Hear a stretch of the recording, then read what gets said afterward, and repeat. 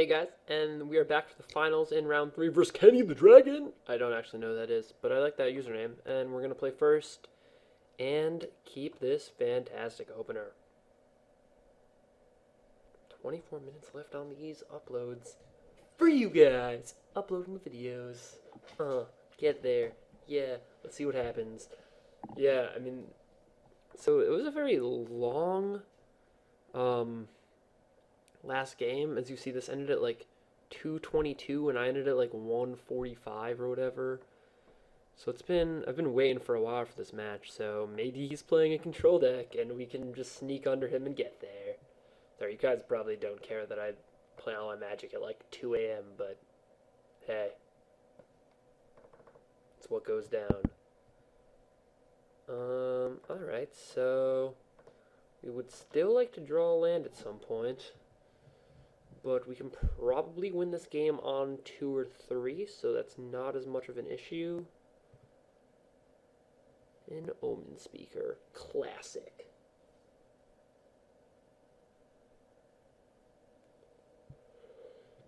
So it does have the makings of the control deck. The issue is he has bounce and potential hard removal spells in red. Well, like damage-based removal effects, so this could be difficult. For some reason, I'm just noticing that like everyone in all these like Roman-themed sets or Greek mythology seems just everyone's naked. No one has shirts on. Well, I guess she has a shirt on, but everyone else is naked. All right, put a card on top, put a card on the bottom. That is fair. So are we just straight up Titan Strengthening here and getting it for 4 and scrying, or if we draw a land, are we playing something? So I think if we... No, I actually don't think it matters. Because he could have so much removal. You know what? I think we just go for it here. He could have removal. That is possible. Does get us to scry. That's not going to be useful. Bam.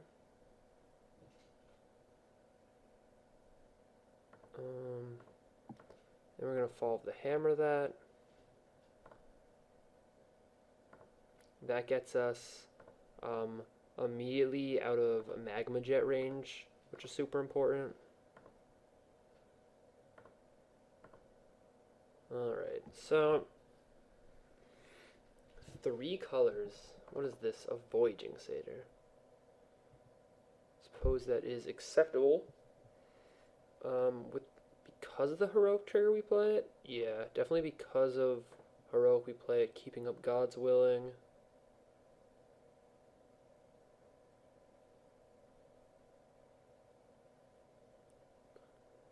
He can't tap this, so I don't know what he could have. He's probably like, oh no, is he really beating me with all the bad commons I passed him? But I'm playing 3 colors and some Voyaging Satyrs. I'm so awesome. My name is Kenny the Dragon. That's probably what he sounds like. Kenny the Dragon, by the way, if you are listening, awesome moto name. Have I said that yet? That is a really good name. I'm gonna start using that. Kenny the Dragon. Sam the Dragon. Oh, that doesn't sound as good as Kenny the Dragon. I don't know, I have to come up with something. That's another thing you could leave in the comments of this video. If you have a good name, like Sam the Monster, or Sam the Snake, or I don't know, anything like that, you could leave it down below, I wouldn't mind. Let's see what goes on here.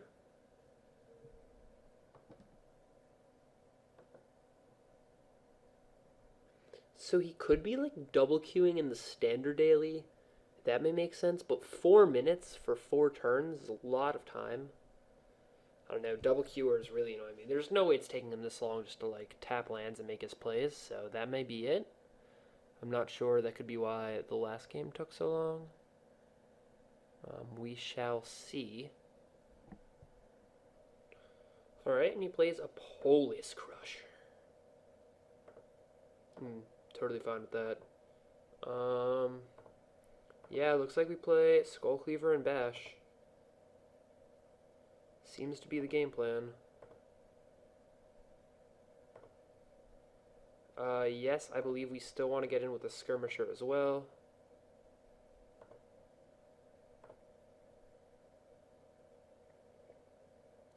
And yes, he can just play Nessian Asp next turn and crush us. That is possible. Yeah, so my guess he just wants to go to 4. Alright. Sounds good. So if he doesn't play Nessian Asp,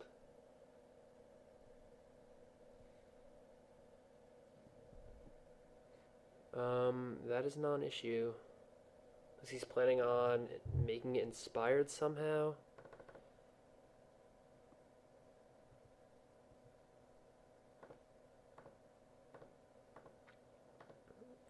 So that should do it.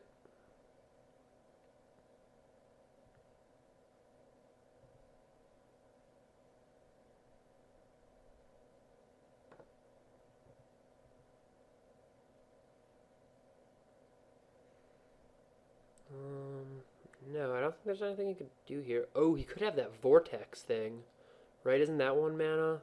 That's 1 blue mana, right? Where you, like, for an instant, you let target creature tap to return something to its hand. So we could return the Skyguard to my hand this turn. That would be devastating. Well, glad he didn't have it. Alright. So Polis Crusher, protection from enchantments. It's the only real thing we saw. Do we want to bring an Array of Dissolution on the draw here? We could also bring in Peak Eruption, I think could be pretty good. And we're not like trying to punish him. Like if we're on the play just trying to get after him, I would understand. Deathbell Raiders isn't going to be good here. Yeah, I mean, I think we bring in Ray of Dissolution, can hopefully get a creature with it. Alright, guys. See you. Alright, guys, we're back for game 2. We're on the draw and he mulliganed. The issue with this hand is that it's very all-in on Wingsteed Rider, and playing the blue and red removal spells that he could be playing makes me worry, although I am confident we will draw a 2-drop in 2 draw steps, so I'm going to keep this.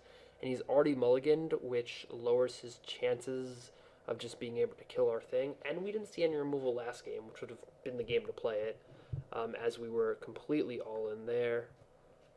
So still just playing Plains first into second Plains, waiting for Phalanx Leader to happen. No Phalanx Leader. Alright. We'd have really loved to draw a creature there. Nessian Courser. Alright, so we'll play our Wingsteed Rider.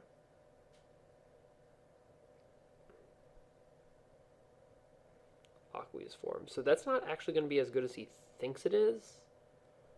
Although it probably will be good. We'll be able to play Fearsome Temper with God's Willing up, and as long as we can have God's Willing up, we should be able to win the game. I don't know how many removal and bounce spells he has after not seeing a single one last game. So we should be pretty okay here.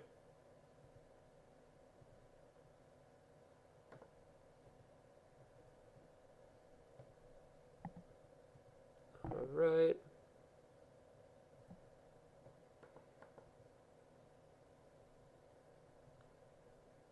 So something we definitely are a little afraid of is a Nessian Asp here. Although he would have to go to 10, he could race us on the backswings.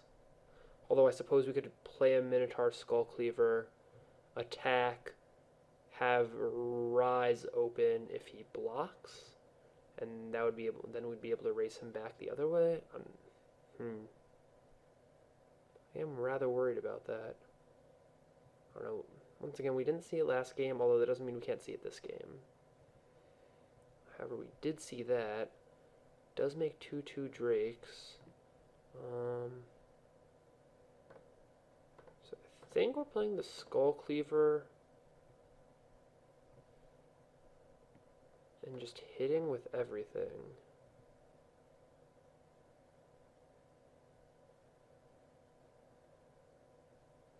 Like, if he takes 7 here, or if he takes 9, we should be able to win next turn. And so I'm not worried about this thing being able to untap. Right, that's fine. I mean, that's his only chance to block the Rider, so I don't mind trading my 3-drop for his 4-drop at all. Definitely don't want to waste a spell here because we need to keep God's Willing up. to, you know, just be able to beat him with.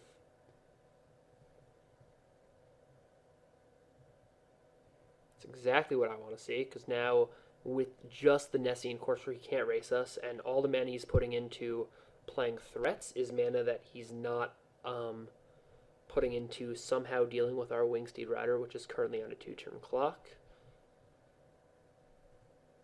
I mean, we can pump it up to 4 next turn. We can pump it up to 9 power. So if we draw any other targeted spell,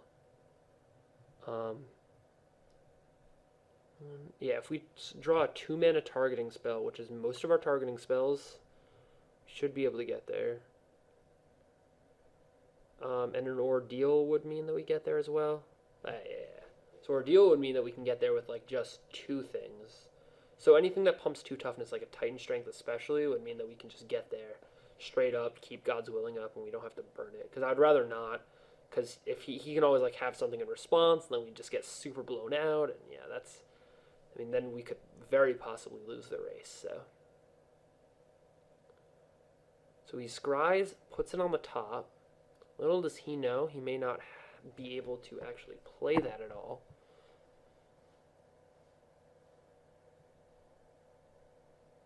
See what happens here. Tapping 3 mana. So if it's another creature, then all we really have to play around is Voyage's End. Curse of the Swine.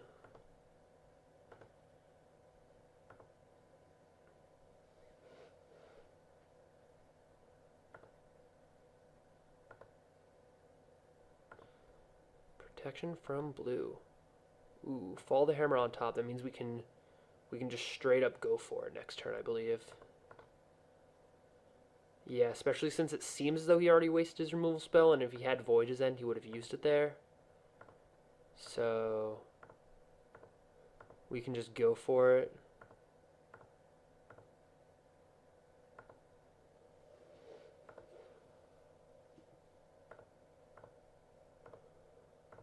Yeah, I think that's better than playing Spear Point.